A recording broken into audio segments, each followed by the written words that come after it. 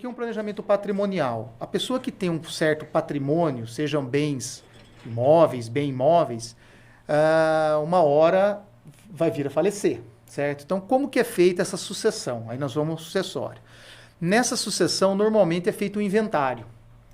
Ou então, a pessoa, como a última vontade, deixa um testamento pronto. Normalmente, o testamento é feito porque essa pessoa tem alguma vontade que foge do trivial. Tá?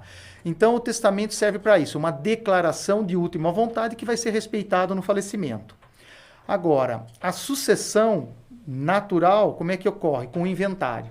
A hora que você vai fazer o inventário, você vai colocar lá os bens, saldos em conta, bancários, investimentos e tudo mais. Sobre esse valor, vai incidir o ITCMD, Imposto Transmissão de Causa Mortes e Doação, que é um imposto estadual. A alíquota no nosso estado é 4%. Então, essa é a alíquota no estado de São Paulo.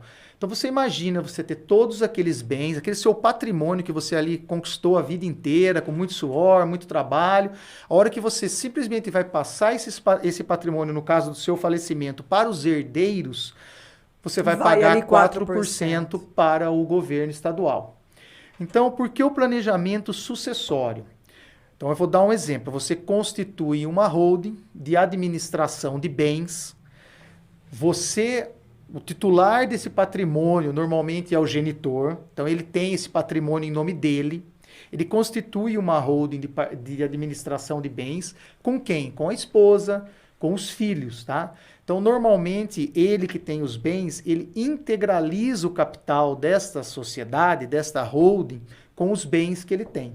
Então, você constitui uma empresa regular, o contrato social, você abre o CNPJ, você tem tudo lá com capital pequeno, por exemplo. Vamos pensar num exemplo de 4 sócios. Marido, mulher e 2 filhos. Então, ele constitui com R$1.000 de participação societária, do capital social de cada um dos sócios. Aí, o genitor que tem os bens em nome dele, titularidade dele, é importante que esses bens também estejam regular na parte de documentação, de matrícula, por exemplo, no caso dos imóveis.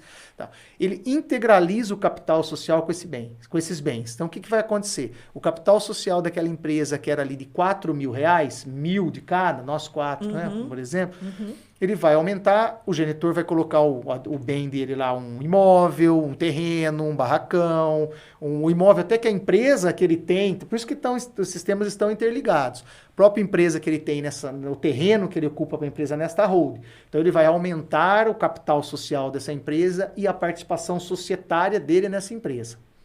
Aí o que ele faz?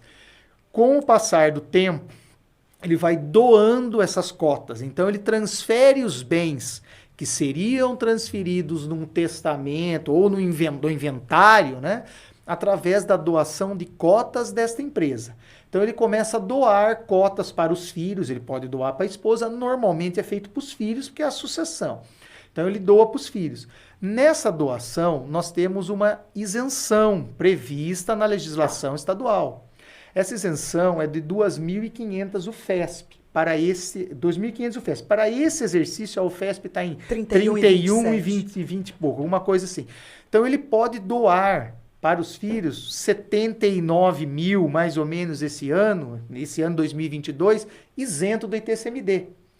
Então, cai naquela pergunta, Denis, que a gente tinha conversado, que você falou, tem um momento certo para fazer isso?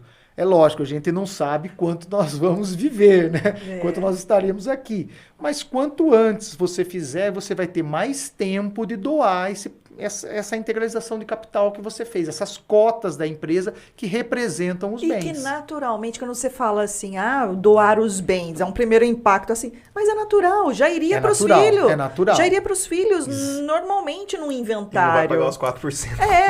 A diferença, pelo que eu estou entendendo aqui, é que haverá a vantagem de, com esse planejamento sucessório, é isso? Exatamente. Você deixa de pagar os 4% dos seus bens para o governo estadual. De forma legal ainda. Lógico, Né? De forma legal, destacando que tem esse limite anual. Então, você deve respeitar. Então, todo ano você faz a doação das cotas até esse limite de isenção. Você chega a fazer a declaração do ITCMD, mas você é isento, porque você respeitou a cota. Então, nesse exercício, por exemplo, vamos dar um exemplo, nós temos uma empresa e eu estou lá, tenho o meu capital social, eu já integralizei os imóveis, então os imóveis, os meus bens imóveis compõem esse capital social. Eu vou doar para os meus 2 filhos, eu vou doar, nesse ano eu posso doar 79 para um, 79 para o outro, porque o doador que é quem é o contribuinte do ITCMD, desde que ele resida no mesmo estado do fato gerador. Então, se ele estiver em outro estado, ele não vai ter a isenção, tá? O limite, então, é por pessoa. O limite que é receba por a pessoa, doação. exatamente. Não é um que valor receba a total. Não. Eu posso, então, nesse exemplo que eu dei, a empresa é constituída marido, mulher e 2 filhos. Eu posso doar para um filho R$79 mil em cotas da sociedade e para o outro 79 mil em cotas da sociedade. E para a esposa também poderia. Também. Então, eles vão receber até o limite de isenção, eles vão fazer a declaração que eles receberam essa doação e vão ser isentos do ITCMD. Então, eu faço isso ano a ano. Dependendo do capital da empresa, do volume de bens, você consegue transferir isso para os filhos sem recolher o ITCMD, desde que você viva o tempo suficiente para isso.